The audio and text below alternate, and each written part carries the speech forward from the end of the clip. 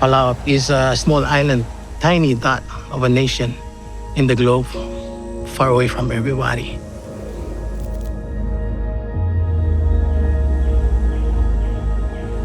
This is where I want my son to know he comes from, where he can go fish for his dinner, where he can go swim in the ocean, where he knows he's connected to the land and the water. That's who he is.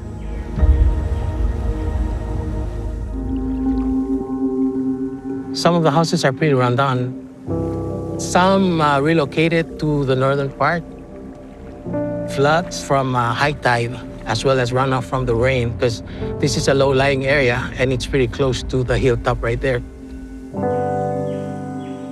Our contribution to the global greenhouse gas emissions is 0.00021%. And so it really goes to show how little island like Palau is actually contributing to a problem that's affecting it so much more. That's when we signal to the world that the Pacific is in the forefront of climate change. Now we're in climate change.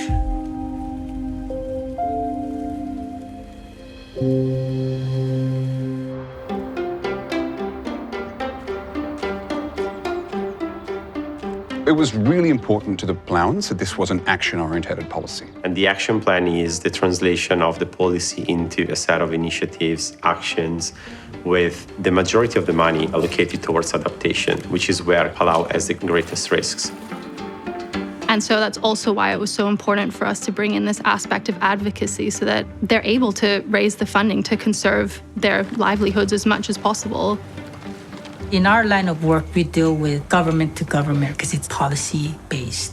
But we all know the governments are there and you can say this country is emitting this much and that country is emitting that much. But what's in those countries? It's the industry.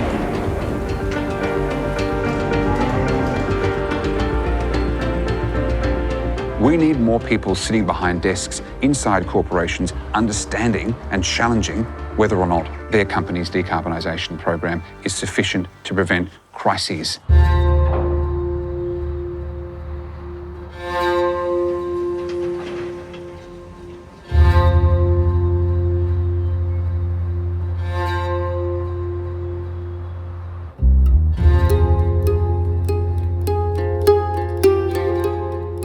We have recognized since many years ago that we have a big CO2 footprint.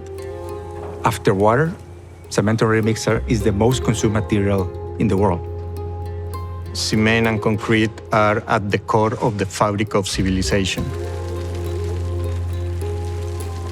This is an industry that must be decarbonized for it to survive in the future. And if we don't get it right, we're going to be paying the consequences.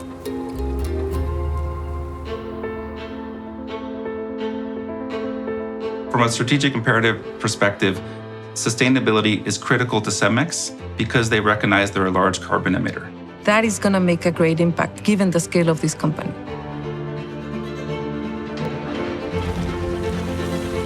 We are also highly involved in the circular economy.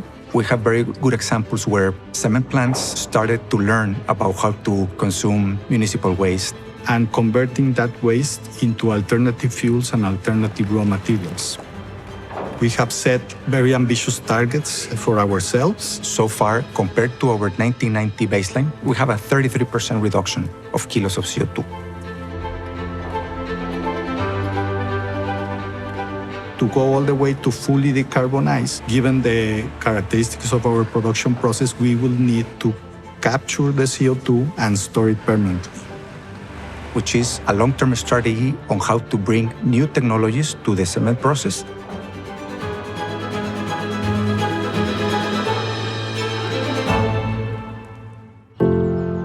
The opportunity that the industry has is huge because any initiative that is implemented around the world will have a direct effect on the reduction of CO2 emissions.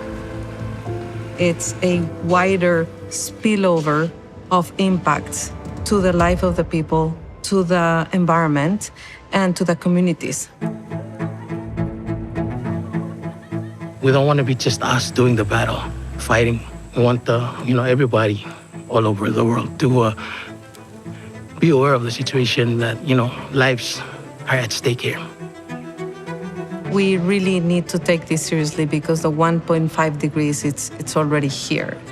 An action from, a multilateral organization or from a government actually has real-world impacts on individuals.